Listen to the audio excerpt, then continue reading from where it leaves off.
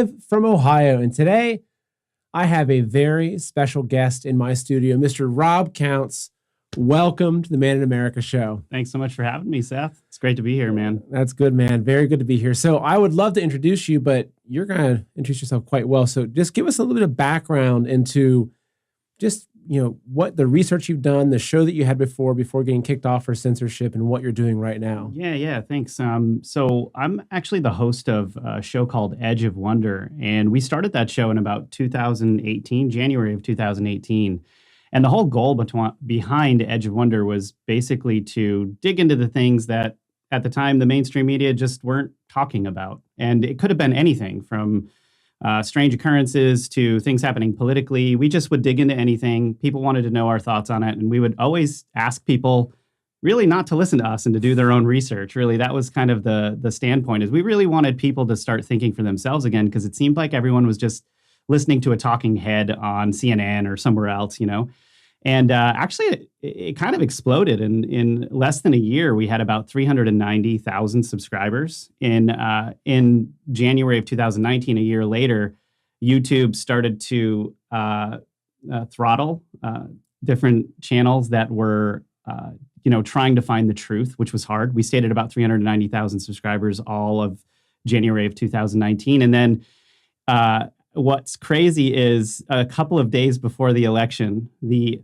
morning that the Hunter Biden laptop. Hold on. Yeah. That's a conspiracy theory. The whole Biden laptop thing is completely made up. I fact checked it before we came on the show today, to make sure. If you fact check it, it definitely is a conspiracy theory.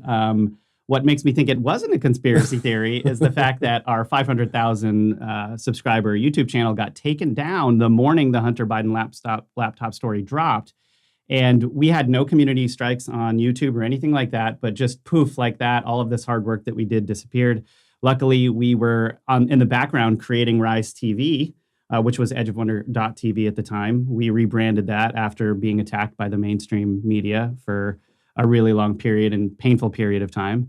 And here we are, Edge of Wonder is still doing what it does. We're trying to regrow our subscription base. And Seth and I have always been great friends. We used to work in media together, and it's just back in New York City. Yeah, it's pretty awesome that we get to sit here right now. And I'll say that actually. So you and your co-host Ben, you guys taught me a lot of what I know about just because you guys were diving into this is back in 2017, 2018. Yeah, the deep state and the bloodlines and the World Economic Forum and the UN, and I learned so much about what I now do, even especially communism. You guys did some deep dives on communism, which is really important because, so today's show, there's two big topics we're going to be digging into. One is some crazy stuff that's happening in China right now with lockdowns and COVID, and a lot of it doesn't make sense. And there's a lot of red flags it raises. But I think the more important topic we're going to be addressing today is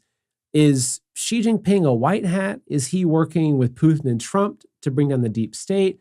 Or is he just trying to advance the global communist goals of the CCP? So Rob and I both independently have done a lot of research on communism, especially communism under China. And we think that we're both seeing a lot of folks talking about like, hey, maybe Xi's a white hat and maybe China's trying to help us take down the deep state. And I think that it's a really important topic to dig into. Yeah, not only that, but just over the last couple of months, which one of us who's creating content hasn't dug into the World Economic Forum and all of the crazy stuff around the Great Reset? I've been watching your stuff. It's awesome. Like all of the research you guys have been doing on this. And it's a really important. And then I just feel that there is, even over the last couple of months, I've noticed that people really still don't understand China. They don't understand the CCP, the history of the CCP, and how that mechanism there functions. So this show is really important for, I think, everyone, for us to understand and have a conversation about what's really going on, because things aren't always as straightforward as they seem, Yeah. And it's easy to say that the enemy of my enemy is my friend, but I think that the Chinese Communist Party should never be considered your friend. The enemy of your enemy still can be your enemy. Exactly. Yeah. So we're going to be digging into that. But before we can jump in, a few things. One is that if you aren't following us on social media, You can find me. I'm most active. Actually, both of us are most active on Telegram and Truth Social. Correct. I'm as Man in America. You're on as Rob Counts. At Rob Counts. And then you can also find us at Edge of Wonder Official on a bunch of these different places. So on my Telegram and my Truth Social after the show today, I'll share the places where you can follow Rob and what he's doing, because you guys are still doing some incredible work, some deep dives. You your show, and I'll share your show actually for folks afterwards, but you did this amazing infographic going into the World Economic Forum and the Great Reset and how it ties into the biolabs in Ukraine. And that was an incredible graphic that you did that I'll make sure to share that show for my followers. Oh, thank you. Yeah, that would be great. So one thing that's really important, this show is literally brought to you by Rise TV. So Rob is one of my co-hosts. For those of you that are part of Rise TV, you see our bearded faces all the time together. But Rob is one of the co-hosts, and as you mentioned, one of the original co-founders of what has become Rise TV. And Rise TV is why we can do this full time. That's right. So, of course, it is our goal to continue putting out as much free content as possible, because this is an information war. And I really believe the information that we are putting together and sharing can really help people avoid very tragic futures if they can act on some of these things. I agree. And Rise TV is how we're able to do that, because as Rob said, he lost over 500,000 followers on YouTube, which was their entire revenue stream at that time. I'm demonetized all the time. So Rise TV is how we're able to do this full time. If you want to support us, if you're in a position to support us, you can join Rise TV. It's $9.99 a month. If you want to try it out, there's a free trial in the description below as a link. So after we do about roughly an hour of the show on Rumble, Facebook, YouTube, etc., we head on over just to be on Rise TV, where we have an interaction with the audience. We do Q&A.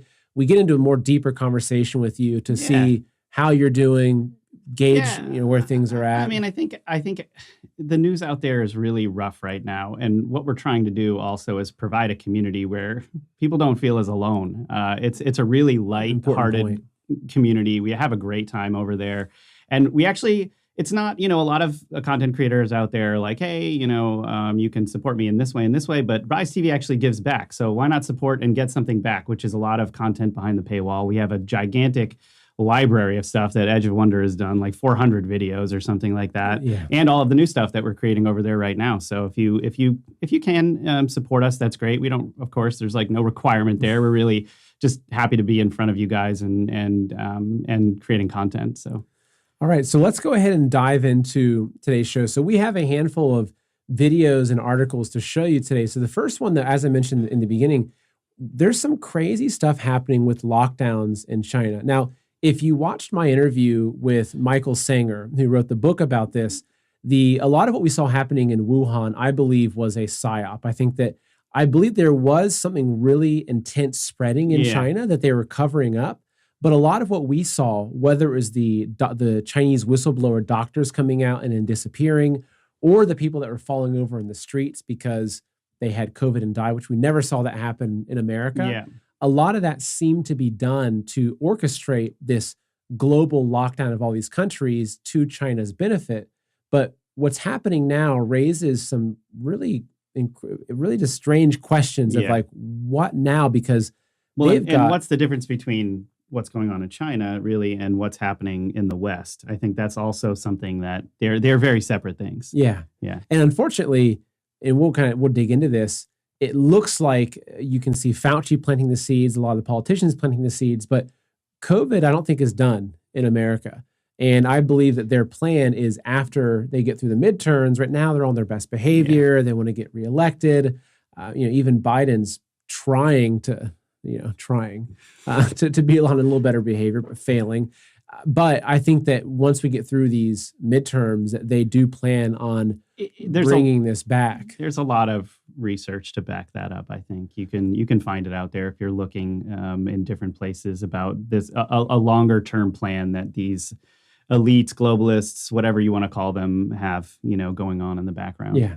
So let's pull up this first article here. Yeah. So this is from Vision Times, which Vision Times it's just visiontimes.com. It's a fantastic resource, especially for China. They cover a lot of China stuff that you're not going to find in the mainstream media. They're doing a great job, especially in regards to China. Yeah, absolutely. So this is it's kind of sad, actually. So what's happening, and I'll read a little bit for you here, is so as we mentioned, they're locking down major cities. They're locking down Shenzhen. Shenzhen is in basically across the border from Hong Kong, right? I've been there many times. It's a massive, it's like the size of New York City. Right. They're locking down Shanghai. So there's tens of millions. I think there's over 40 million people right now in China that are under lockdown. So let me just read this quickly. So people in Shenzhen jump off buildings in protest of prolonged lockdowns under China's COVID-0 measures.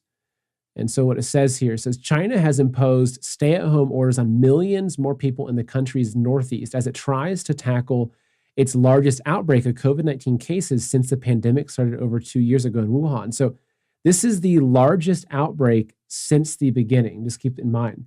They say that China has imposed more lockdowns, mass testing, and travel restrictions over the past week than any point in the pandemic.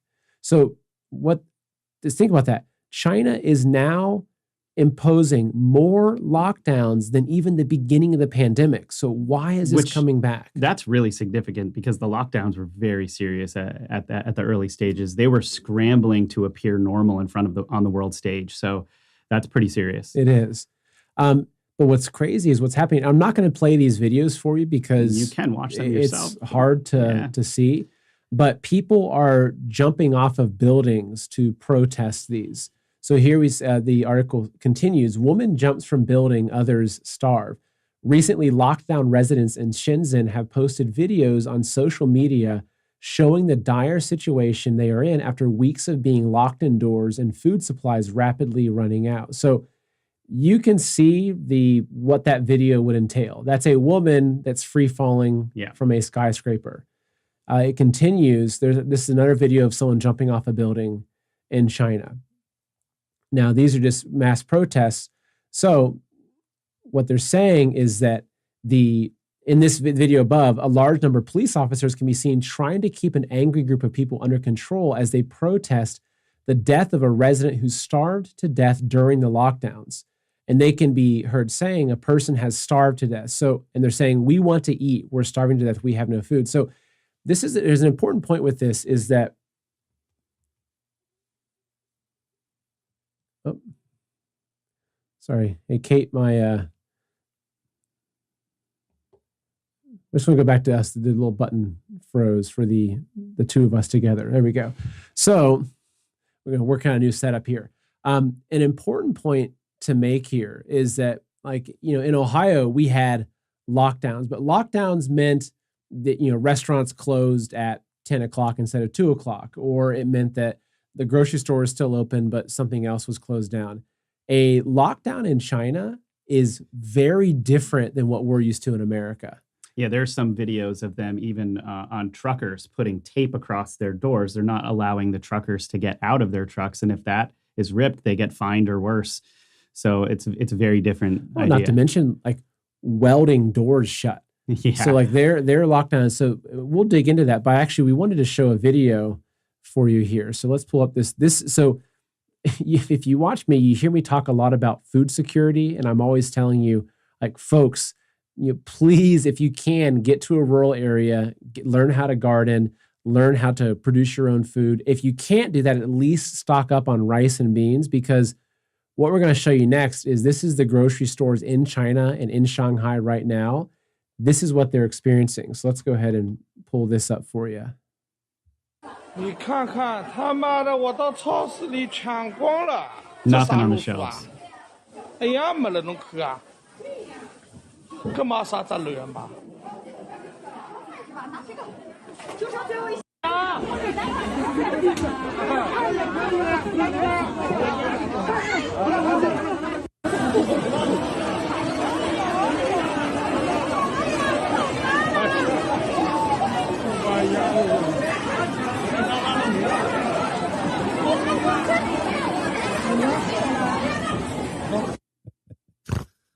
！Why is that guy laughing? I think he's happy he has all his vegetables.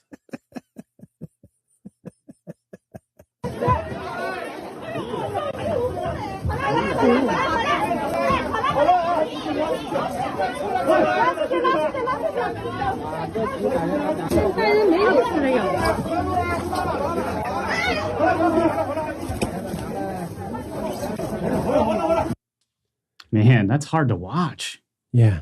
Gosh. That's it. But I mean, I think it's good for people to see that because, and we're not going to segue too much into this, but Biden's talking about, the World Economics talking about it, I'm talking about it.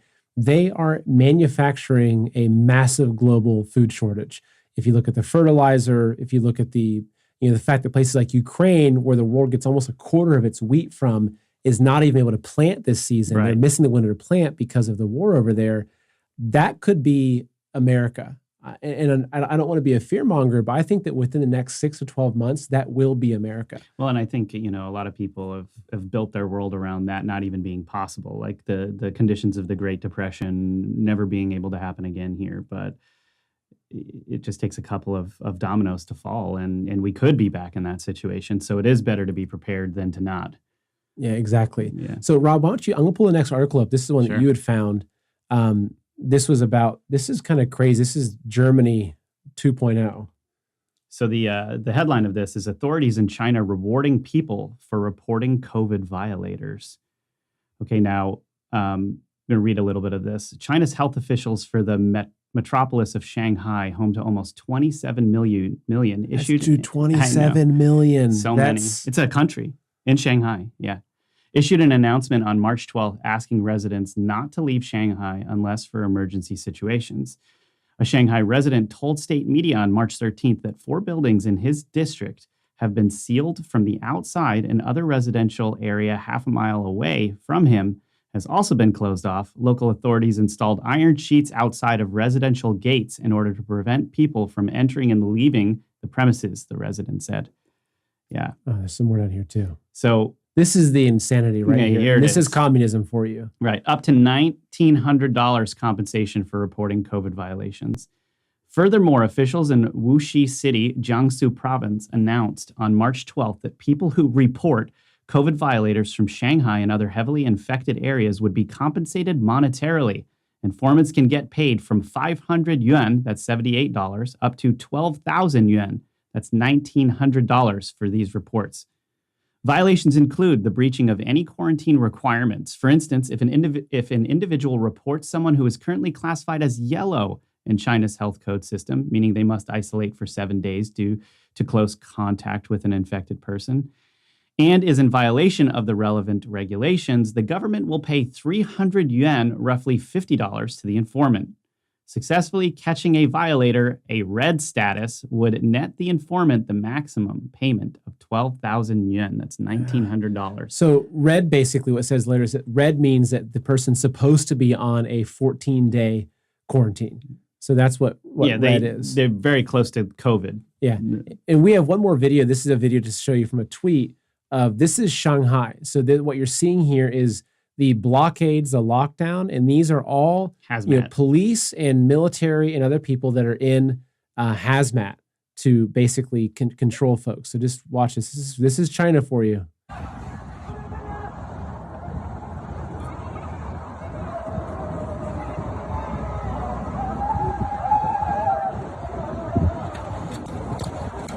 It sounds haunting. It does.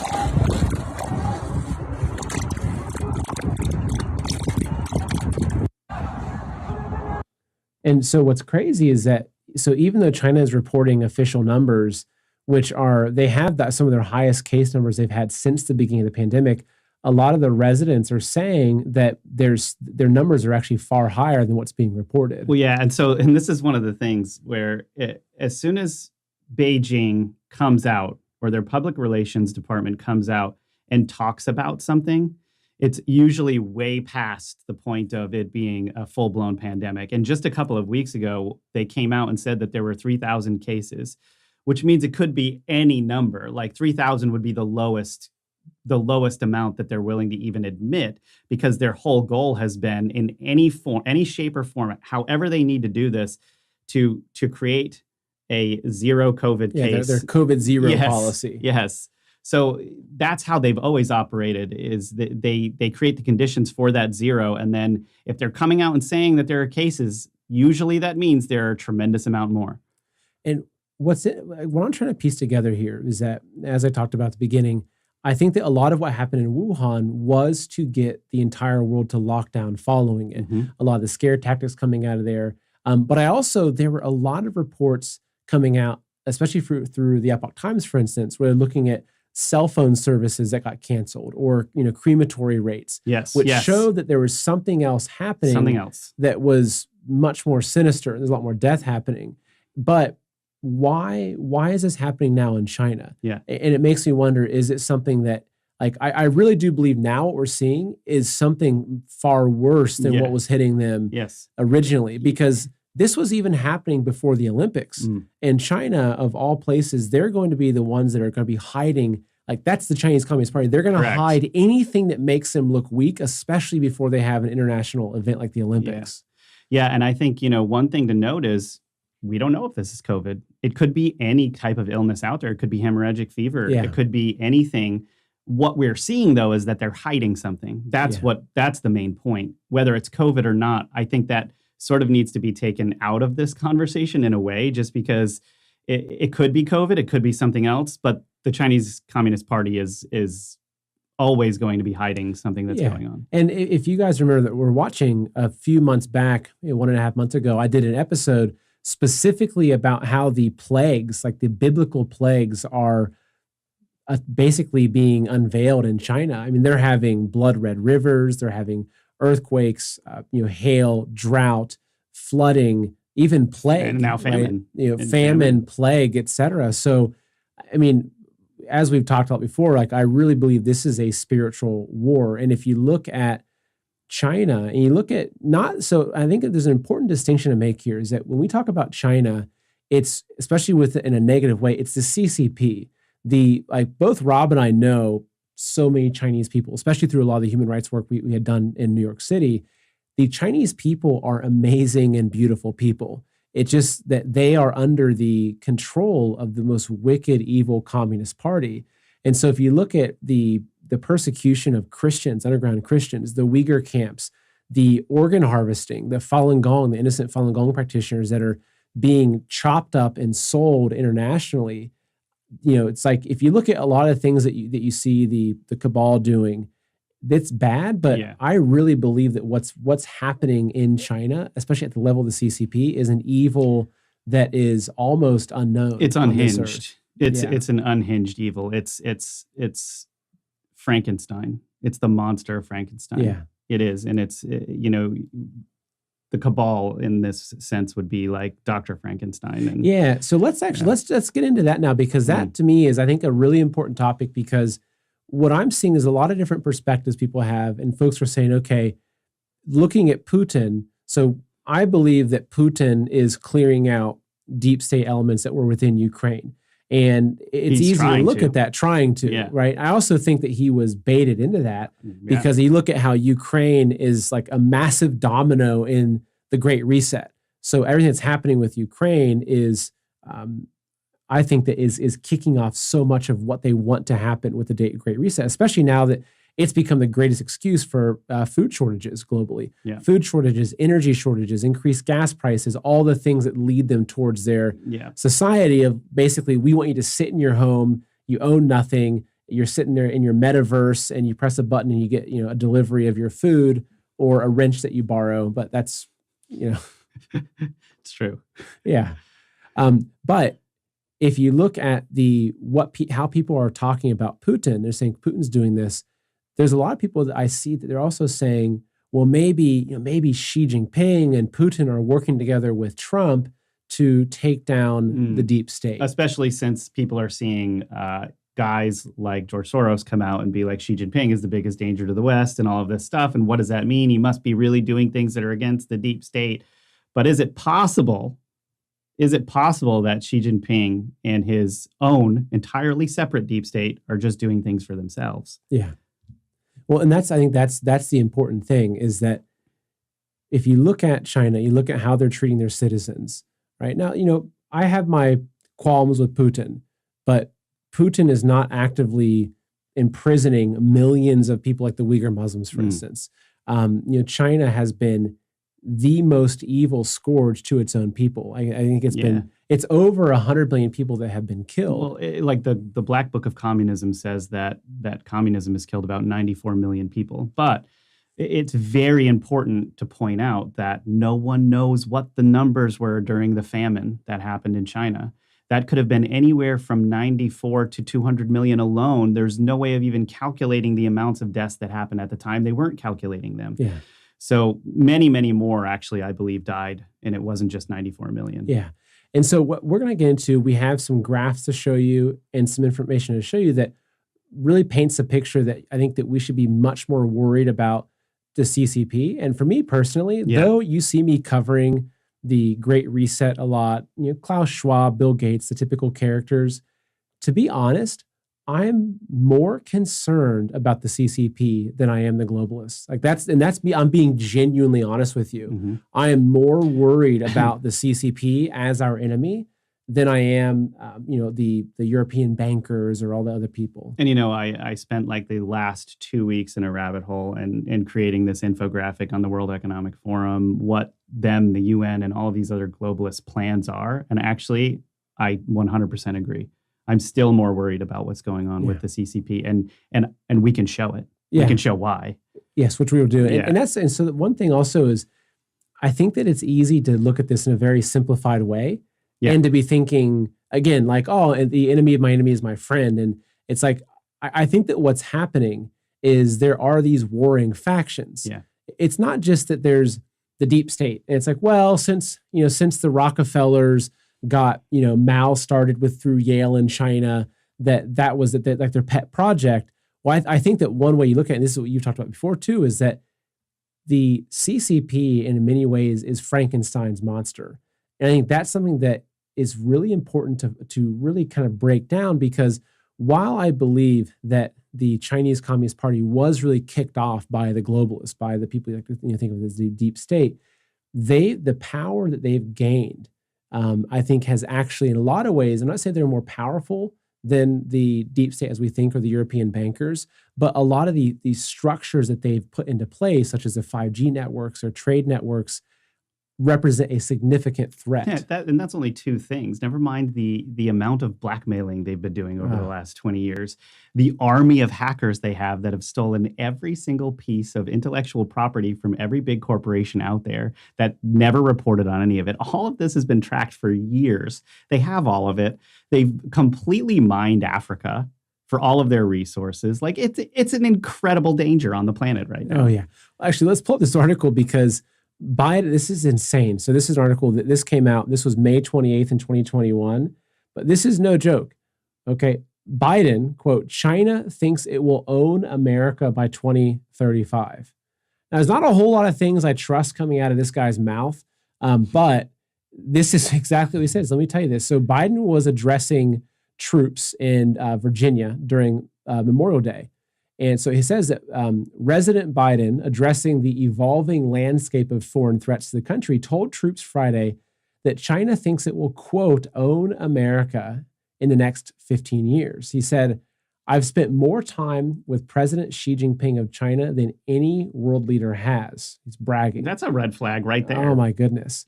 For 24 hours of private meetings with just an interpreter, 17,000 miles traveling in China and here. So what he told people that he says, so Biden's referring to Xi Jinping and basically saying that Xi Jinping firmly believes that China before the year 2035 is going to own America because autocracies can make quick decisions. So this has long been their argument against the West. And this is what they've been promoting within their own propaganda system within their country, is that Americans are stupid, the West is stupid. It takes so long for them to make a decision, whereas we're so great and wonderful because we're a dictatorship and we can make decisions right away. Well, and they used COVID to justify it. That was one of the major propaganda pieces of COVID, because they're saying, look how bad Wuhan was, but because we can make quick decisions because we're not autocracy or a dictatorship, they're saying that the method of being an autocracy is actually necessary for making the decisions needed to respond to something like COVID. Because, and this is something, we're not going to dig into it too much here, but if you go back and you look at China's whether they are leaked speeches from high-level military generals, private meetings from Xi Jinping that have been leaked, or even things they've talked about more openly, China's end goal is global domination. Like the CCP's end goal is global domination. So it always has been. It always has been, yeah. So even Mao talked a lot about this. So if you look at what the UN is doing and what the World Economic Forum, it's easy to look at them and think, oh, well, they want to have their great reset. They want to get, look at the Georgia Guidestones. So they become the enemy that it's so easy to focus on this. And I've gotten into arguments with people because I'm like, look, China is our enemy. And they're like, no, what about the Rothschilds or Rockefellers? And it's like, yeah, of course. Like we're talking about two separate parasitical entities. They're still parasites. The thing is that with the CCP, they created a manipulative poison in the world. You cannot change that poison from being anything other than what it is until the CCP is gone. Okay, if Xi Jinping came forward tomorrow and said, you know what? Communism's terrible. Let's wipe it out and do something different. I can still make decisions fast, but let's just wipe out communism because it's evil. I'd be like, I kind of trust that guy a little bit more, at least. Yeah. That's not happening. But he's doing the opposite. So far, even though he has been making some good moves, like trying to get rid of a lot of corruption and stuff like that, arresting a lot of bad guys that were on the Jiang Zemin faction's payroll, he has not destroyed communism, and by and large has been making moves that appear to be moving towards global domination. Oh, yeah. Well, and this is why I believe George Soros is got his panties in a bunch because, excuse me, but it's because what we've got here. I don't want the image of George Soros in panties. I think everybody out there Come on. needs to focus on that for a minute. No, I'm just kidding. Yeah, no, it's true. He's a hard guy to look at, really, honestly, but. And there's a long history there too that goes back. What's strange is the World Economic Forum are tied closer to, the Nazis, honestly. And I'm not saying that there's a direct connection there. I'm saying if you go back historically with all of the connections and the companies at the time, you can find connections. Yes. But then you've got the CCP, which has just been the blood red history of the Chinese Communist Party, the Marxist specter basically dictating everything that they've done and the death count behind it. Well, it's also like if you look at the Chinese Communist Party historically, right? Obviously, you had Mao, and through the various leaders, the CCP started opening up more to the West, especially under Deng Xiaoping. Yes, you had Clinton, you had Kissinger working to open the West up to China, which I think that was a lot of. When you saw that happening, that was the globalist, chess, moves happening. Yeah, they were intentionally turning China into the manufacturing hub to weaken America to get us to where we are right now, where we're like a flick away from collapse because they've gutted our manufacturing, et cetera. So, but if you look at when Xi Jinping kind of came, you had Jiang Zemin, who was very power hungry, brutal, evil man. He's the guy that orchestrated Tiananmen Square massacre, the persecution of Falun Gong, et cetera. You had him come in, and then you briefly had Hu Jintao, and now we've got Xi Jinping. And it seemed like that China and the Communist Party was opening up more to the West and really softening things. But even a lot of very high-level people in the Chinese Communist Party have been extremely concerned about Xi Jinping and his approach towards communism because he's been reviving more of a Maoist communism where there is a worship of the leader. Mm-hmm. And if you look at a lot of the propaganda posters of Xi Jinping, I mean, it looks like straight out of Maoist China. In part, it's because he's trying to dig up these nostalgic feelings of the beginning of communism to save it. It's not necessarily that he wants to be a great president or a great man. He wants to save communism, it seems, right? He could change any time. He could maybe have a change of heart. I hear his wife actually is actually a pretty good person and has been trying to help him, and he's been in good meetings about these things, but communism's still there. Yeah. He's making all of these moves that we're going to show you that appear that are actually going against a larger plan by the globalists, but it's really just for global domination. Yeah, and so that's an important point because if you trace all this back, it's actually pretty apparent that the globalists, the European bankers, the 13 bloodlines, however you want to look at it, this corrupt cabal, they've had a long-term plan. You're talking centuries. Yeah. Long-term plan to eventually enslave humanity. Now, they know that they need to do it through technocracy. They have to do it through technology because they can't just control 8 billion people. It's so easy with technology. People adopt it themselves. I know. I know. But if you look at their plan, so part of their plan was to build up the CCP as the counter to the United States, because even though I think they had a significant amount of control of the U.S. government, especially the U.S. military, with the military-industrial complex, all the black budget stuff, they still needed to bring down America. So China became their strategic move to bring down America. And what I think is happening, though, is that China saw their plan, as they became part of that plan to kick off that domino effect to basically collapse the whole world system, economic, food, et cetera, the whole political structure, so that the globalists could then take over. But I think that what's happening is that the Chinese are looking at that and saying, well, we're not going to bend over for you. Yeah. We also want that global control. So I think that what we're seeing play out, I think that Putin in a lot of ways doesn't have global aspirations. He's a nationalist. Yeah. He's protecting his country from globalism. He recently, I think just today, announced that he was backing the ruble with gold. He's returning to a gold-backed currency, which is huge. But I think that China is not Russia. Right. China, especially the CCP, they have global aspirations. And I think they're trying to use a lot of the mechanisms of the Great Reset to insert their system so that they can be the ones to take over. And for the folks that are watching, they're thinking, maybe she's a white hat or whatever. Look at how China treats their own citizens. Honestly, Rob and I... Proof's in the pudding. We'd be chopped up with our organs sold off to the international market, burned in a pile of trash somewhere if we were in China. And I'm not kidding. It's exactly what happened. It's very different. And it's hard for people here to understand that and even the history without being there. But even the videos that we showed you at the very beginning, it was actually good that we put those at the beginning, because you can imagine this now. But, why would we trust someone whose own people are being taken care of in this fashion? Nothing ever gets out. There's loads of propaganda everywhere. All they're doing is trying to save communism. It's a million times worse than out here. Yeah. It's imagine where everything is going in the US 50 years advanced. That's what you have over there right now that people are living in. It is 1984 in a country. Oh, it is. Yeah. But and also that there, for the argument of, well, is China really more powerful than the European bankers? Well, the European bankers, they might have more power financially. But I want to bring up a few charts or a few graphs to look at to show how much power China really has. And so the first one we're going to look at here is their 5G network. So we know that the globalists, that the Great Reset is built on a technology system.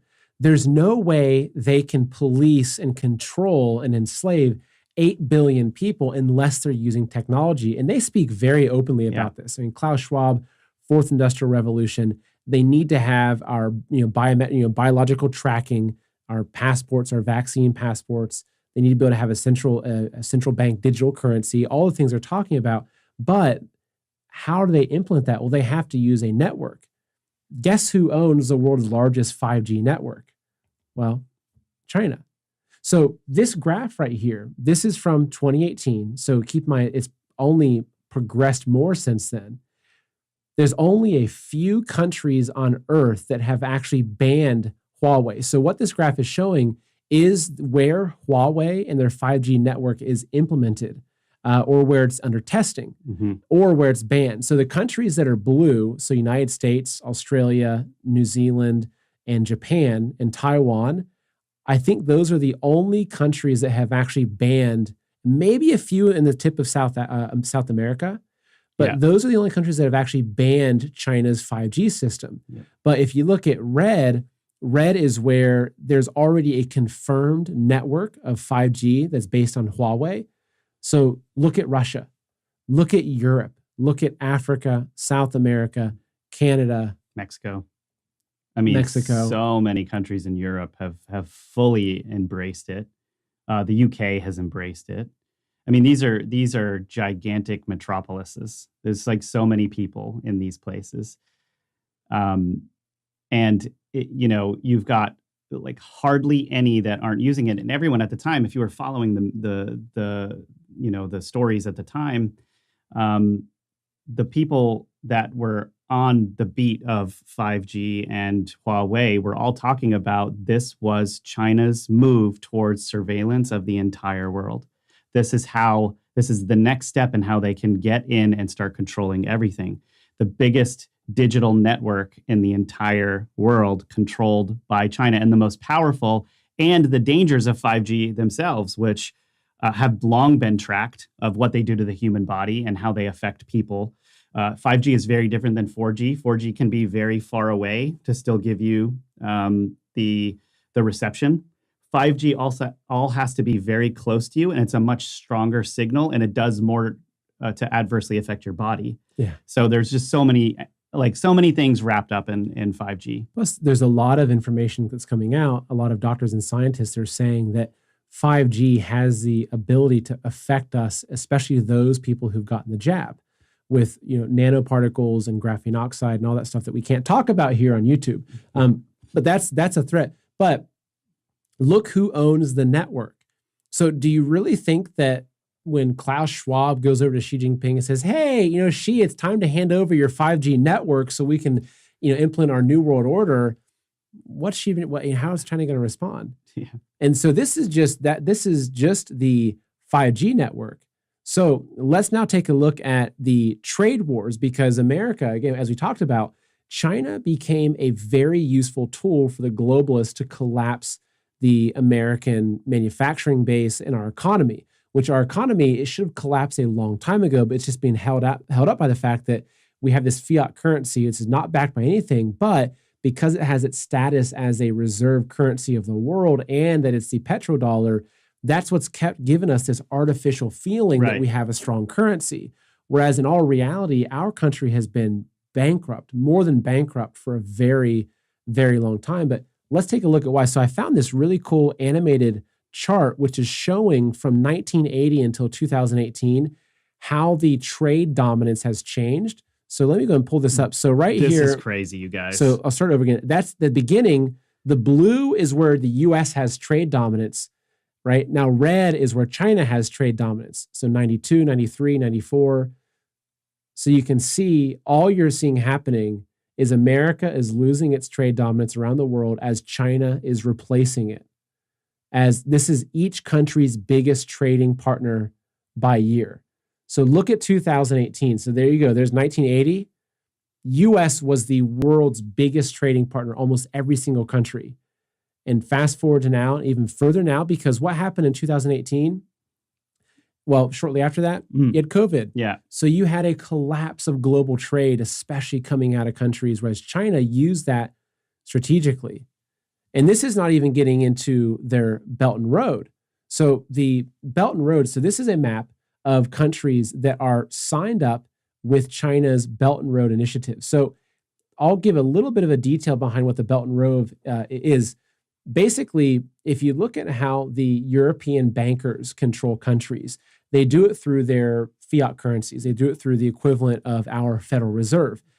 They go into these countries that have independent currencies, right? Russia is one of the few remaining that aren't on the global banking system, right? So Libya with Iraq, they at one point had their own independent systems until all of a sudden the U.S. is waging these wars and collapsing these countries. Well, and this is one of the biggest criticisms of some of the elite out there, like the Open Society Foundation, which is, George Soros's foundation. And, Bill Gates is in large criticized for many of the same things. Exactly. Yeah. Oh, the Clinton Foundation is huge in this process. Right. And so if you look at this, the Belt and Road is, as I understand it, this is China's way of taking control of these countries. So a lot of these countries do have the central bank system in them, and that's how they control the countries. It's basically they're lending all these countries money, say, look, we'll print your money for you, we'll lend it to you, we'll lend you this fiat currency, but you're controlled by us. But China, though, so they have what's called the Belt and Road Initiative, which what they're doing is they're going into countries that are poor and struggling, especially because of the fact that they have a fiat currency that is experiencing inflation, et cetera. Yeah. They're going into these countries and they're saying, look, we're China, we're a growing superpower. We're going to allow you to sign on to our Belt and Road Initiative, where they start building massive networks of trade infrastructure, highways, roads, everything. They're basically saying, we're growing so big, you can be connected with that. But what happens is as soon as that country signs over on that Belt and Road Initiative, they become a debt slave to China. And so this is how China is actually taking back control. So again, as we talked about at the beginning of the show, there is a war being waged between the CCP and the cabal. Yeah. And you don't see it on the surface. No. Right? You might see the occasional things like China state media calling Soros the son of Satan, or you see Soros coming out saying Xi Jinping is the greatest threat to free societies. But if you look at some of these things with the global control, you can see that they are battling for control of the world. They absolutely are. And this is what's so dangerous about oversimplifying things, right? Okay, because the globalists are going after Xi Jinping, he must be a good guy, right? Actually, I mean, there has been no point in the history of the CCP where they haven't taken anyone's side but their own. They're on their own side. You can clearly see it in these graphs, what they're doing, what they have been doing, how they're playing the long game. And we haven't even covered, like I said before, blackmail or any of the other ways that they control a large portion of the world through their army of hackers, et cetera, et cetera. Oh, I mean, and that's a really good point, because if you look at that, and, you know, we've done some shows on this, that, you know, individually I've done a lot of shows now. I know you cover that a lot in Edge of Wonder. The blackmail network of the CCP is so extensive. It's been tracked. Yeah, like if you look at even through the journalist programs, they bring all these journalists over into China. They're doing what they do. So how they work. So you look at Epstein, right? You think, oh, everyone knows Epstein, and who, you know, oh, this person was flying on Epstein's plane, and Epstein's blackmail operation was tiny compared to the CCP's blackmail operation. Why do you think everyone's freaking out over Hunter's laptop? Yeah. Because a lot of that stuff is on there. Yeah. Right. So China, you know, what they do in China. So China, they are the king of honeypotting. And so what they'll do is, and they do this even at a local level. So the CCP has studied, especially with America, they've studied every single aspect of how our country runs. I'm not kidding you, they even know what the most important seat in a county level government is to affect change. It's not like the CCP is just trying to control Washington, D.C. They are literally even controlling a mayor of a small town in Midwest Ohio. They could be. Yeah, they could be. They're not be. Controlling all of them, but there's a lot that they are. Not everyone's fallen for it, but a lot have. Yeah. And also, not to mention all of the money that's been being poured into these failing media companies, these left-wing media companies that are reporting very positively on China, or just not saying anything because they're not allowed to now. Exactly. Yeah. So this is the problem with media being attached to large corporations and then accepting money from outside entities. You don't know now where they lie, you know, what they're going to do, how they're going to report on a certain thing. It's very dangerous. It's very bad, and we've been seeing it for years now. Oh yeah, and how they're they're like I mentioned, they're the best at blackmail.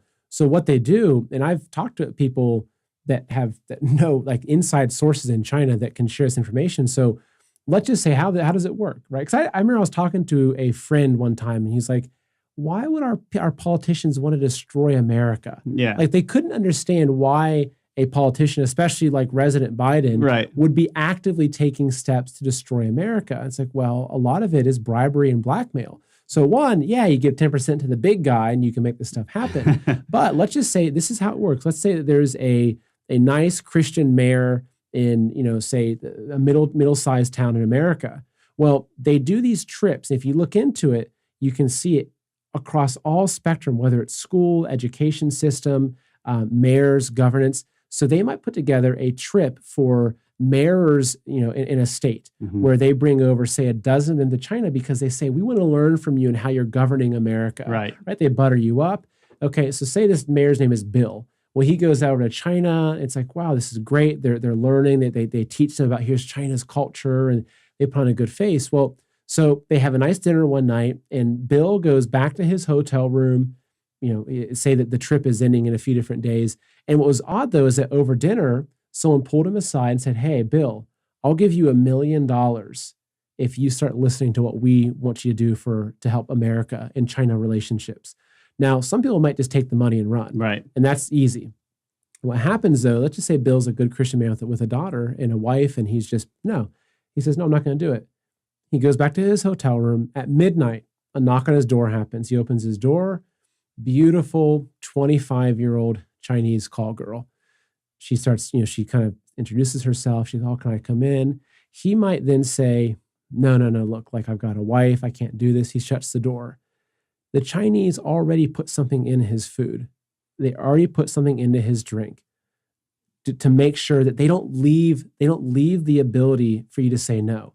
Bill wakes up the next day with that girl beside him in his bed. Doesn't know what he did. Doesn't know what happened. Yeah, doesn't remember anything. These hotels each room might have 50 cameras in it. So then he wakes up with her next to him. He goes to lunch the next day. He sits down. A Chinese guy comes over, slides across a manila envelope. Or he gets some text messages now. Exactly. Yeah.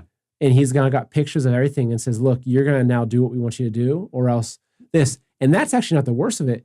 If it's a very high-profile person, they might wake up the next morning with a dead child in their bed. Yeah. Like, that's how it happens. And so this is how the CCP has infiltrated and controlled. Right.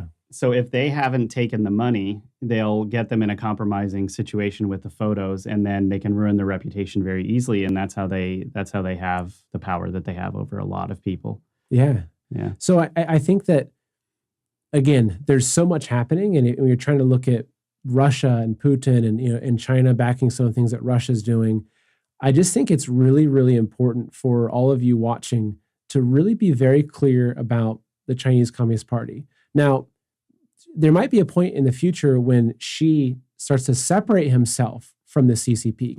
We can only hope. Yeah, because, well, the other thing is that just like here in America, it's even worse in China where they have multiple factions within the CCP. So there are wars going even within the CCP. It's deeply fragmented. Right. Yeah. So I think it's just important for all of us to see the CCP for what it is. Because I even heard people talking about, oh, well, there's biolabs in Taiwan, and if China all of a sudden... There are biolabs everywhere. Oh, they are, yeah. But they're saying that like, oh, well, if China bombs and invades Taiwan, it's because they're clearing out the biolabs the same way they think that Putin is in Ukraine. It's like, look... That shows a very clear misunderstanding of China, the relationship, the historical relationship with Taiwan, and actually what's happening over there. And, absolutely. And it's like even good guys fight with one another. I mean, like we see that everywhere. Like if you look at some of these communities, even online, there's people arguing with each other all the time, and they both have generally the same beliefs, and they're both against globalism and all kinds of things, right? Imagine what that's like within a community of vampires that are all, and I don't mean that literally. I mean that maybe it is literal. We don't know, but the point is like, what would that be like? Like every faction is out for themselves. Every family is out for themselves. Everyone wants to get power over everyone else. They do move forward as a group in some regards, but then everyone's always out for doing similar things with one another. And it's not that hard for them to do because they have money connecting all of them. Money is connecting all of these people. That is their energy, their currency, and what they use to develop everything. And if you look at a military operation and how a military operation runs, everything is in their own little silo. Everyone's building something and doesn't know what it's for, and then it goes to the next guy, and that guy puts it here, and blah, blah, blah. Well, within a corporation, the entire way a corporation is built is it's all like that, all the way down. People that are getting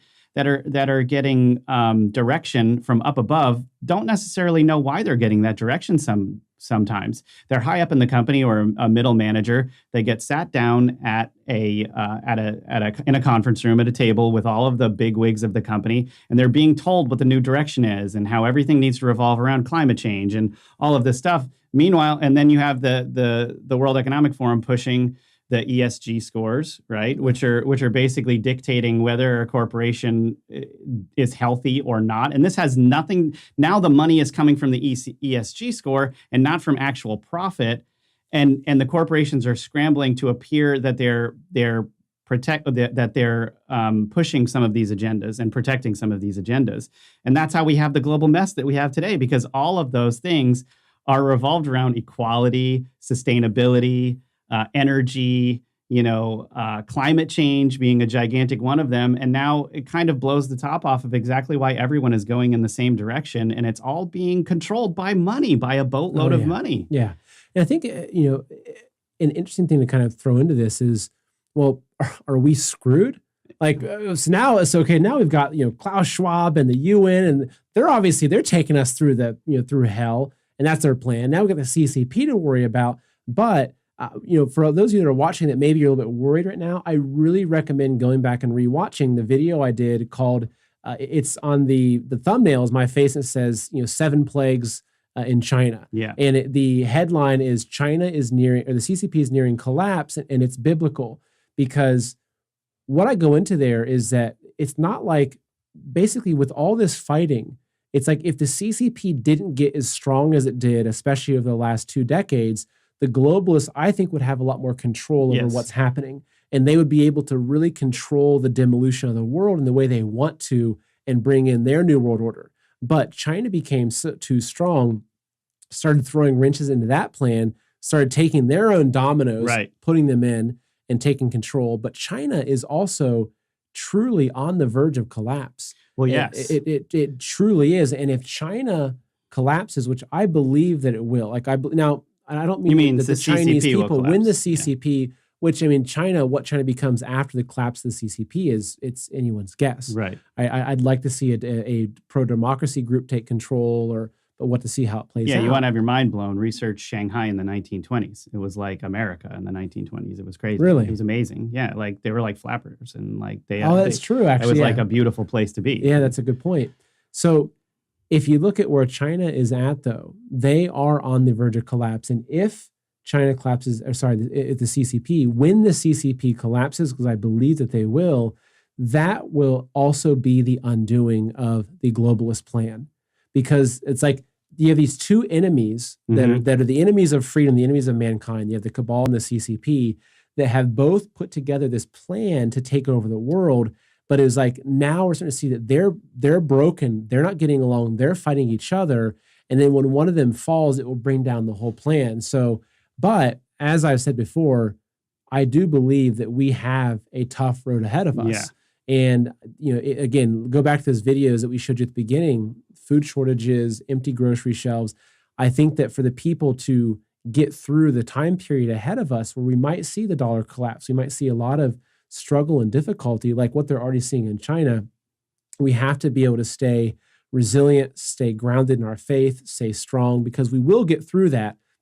But it's not going to be easy. Well, yeah, and I think, it's interesting you brought up the 7 deadly plagues, because Edge of Wonder also, by the way, follow us on Rumble if you're out there listening to this. We could use it. We're trying to build back our audience after losing it the morning. I'll make sure I share you guys after the show as well. Thank you. But yeah, so we have an entire series on Rise TV about plagues, and it shows you how all of these people that think they're controlling the world have very little control over it. I mean, why put a wall around the White House right after the election if you think you have a lot of control? There's a lot of fear out there on every side, on every angle. There's a lot of moves being made, but you out there within yourself have the most power to make a change within yourself, to rise above all of this. Because if we do, there are actually amazing things that can happen when we're connected to a higher power, which is everyone out there can agree God wins in the end. Exactly. And this is why, this is why we do what we do. We actually, it's not easy. It's not easy to put ourselves out there, to be in front of everyone, to say the things that we have to say sometimes. But actually, it's because we have hope. Like if we didn't have any hope, we wouldn't be sitting here talking to you guys about this and with trying smiles on our faces. Yeah, and joking around sometimes too, and trying to educate everyone and helping everyone think for themselves. Because at the end of the day, what happens to us doesn't necessarily matter that much, but for the future, we all have to be thinking about what kind of future we want to have and where we want to position ourselves, I think. Absolutely. Yeah. Absolutely. So folks, soon we're going to hop over to Rise TV only, where we're going to do a Q&A where you can ask your questions. We'll share, we'll dive into some things that maybe we wouldn't talk about publicly on YouTube, especially. And again, just as a reminder that by joining us on Rise TV, you're supporting us and you're allowing us to focus the entirety of our energy and our team, my wife, many other people, on creating the content that we are creating, which is really important. So there's a free trial in the link below on the video. You can go over there and you can sign up. You can test out for a couple of days. I hope you stay around, but by joining, you're supporting what we're doing. Really the cost is a couple coffees a month. Yeah.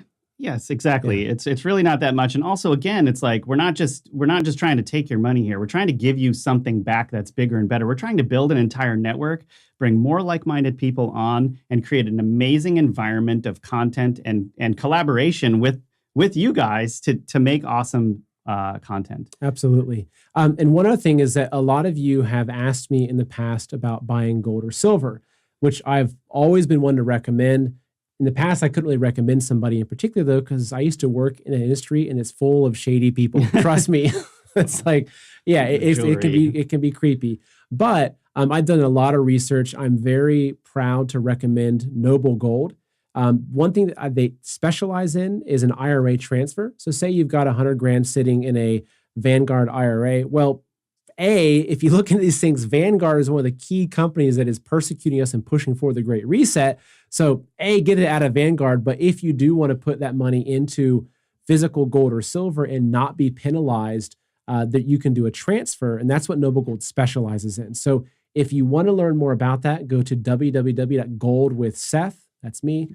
That's where I'm going. Yeah. So again, it's goldwithseth.com. You can learn more about that, which I recommend. And look, I had people that ask me about crypto. My personal stance on crypto is that, look, if the internet goes down, if there's a cyber attack, better have gold. Things collapse. It's like you can't open up your Coinbase and go buy groceries, but you better believe you can take that little 1 ounce silver coin and go get your family's food for a week. So that's why for me. Or, a couple of ounces of gas. Yeah, or vodka. Yeah.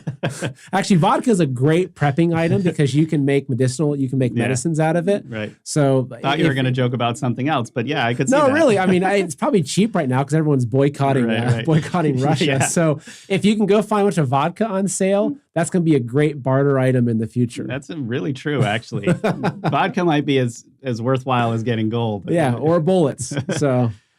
All right, so folks, we are now going to hop over onto Rise TV. Come hang out with us. I want to thank all of you that are watching, and if you want to support us, I know gas is expensive, and there's been a lot of mandates and job loss.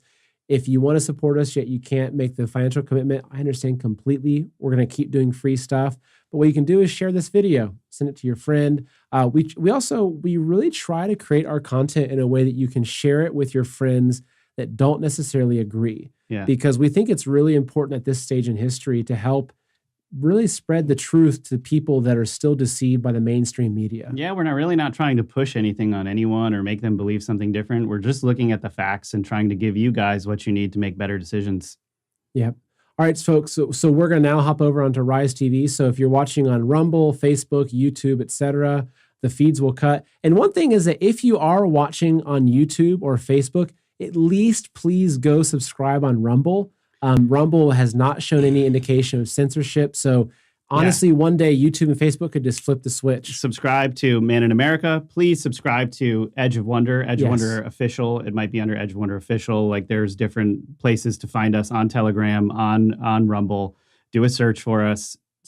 Definitely subscribe to our channel. Help us reach more people again, because we got censored pretty bad back in 2020, and we could really use it. And actually, Rob is one of the big reasons why I'm even here. Rob was one of the main people that encouraged me to step forward and to make the Plot to Steal America. And actually, even Rob was in the Plot to Steal America. That's actually true. He put me at the end of Plot to Steal America. I was like, wait, wait a minute. I was just so excited to see President Trump sharing that. I was like literally cheering in my room with popcorn practically, right?